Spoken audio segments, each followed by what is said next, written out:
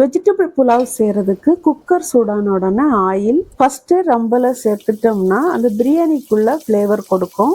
Biryani ஸ்பைசஸ powder ஆக்கி போட்டுட்டேன். இல்லைன்னு வைங்க, நல்லா சாப்பிட்டுட்டே இருக்கும்போது அங்கங்க ஒரு ஏலக்காய் கிராம்புன்னு கடிபடும் போது குழந்தைங்க சாப்பிட்றதுக்கு மனம் இல்லாம ஒதுக்கி வச்சிருவாங்க. அதுக்கப்புறமா ஒரு பல்லாரி 4 பச்சை மிளகாய், வெங்காயம் நல்லா பிரியாணிக்கு கலர் மாதிரி வரது வரைக்கும் வதக்கெல்லாம் ஒண்ண வேண்டாங்க. புலாவுக்கு லைட்டா ஓரளவுக்கு வதங்கினா போதும். புதினாவும் கொத்தமல்லியும் ரெண்டும் சேர்த்து ஒரு கைப்பிடி அளவு சேர்த்தா போதும். ரொம்ப அதிகமா சேர்க்கண்டாம். கட் பண்ணி வச்சிருக்கிற வெஜிடபிள்ஸை சேர்க்கணும். ஒரு பெரிய கேரட், 4-5 பீன்ஸ், ஒரு உருளைக்கிழங்கு. காயெல்லாம் நல்லா வதங்கின பிறகு இஞ்சி பூண்டு பேஸ்ட், இஞ்சி பூண்டோட ஃப்ளேவர் நல்லா வந்த பிறகு ஒரு தக்காளி, அது லைட்டா வதக்கி விட்டா போதும். அதுக்கப்புறமா 1 ஸ்பூன் அளவுக்கு தயிர் சேர்த்து நல்லா மிக்ஸ் பண்ணி விட்டுட்டு தேவையான அளவு உப்பு சேர்த்து நல்லா கிளறி விட்டுட்டு 1.5 கப் அரிசிக்கு 1.5 கப் தண்ணி சேர்த்து தண்ணி நல்லா கொதி வந்த பிறகு 20 நிமிஷத்துக்கு மேல் ஊற வச்ச பாஸ்மதி ரைஸை சேர்த்து நல்லா கிளறி விட்டுட்டு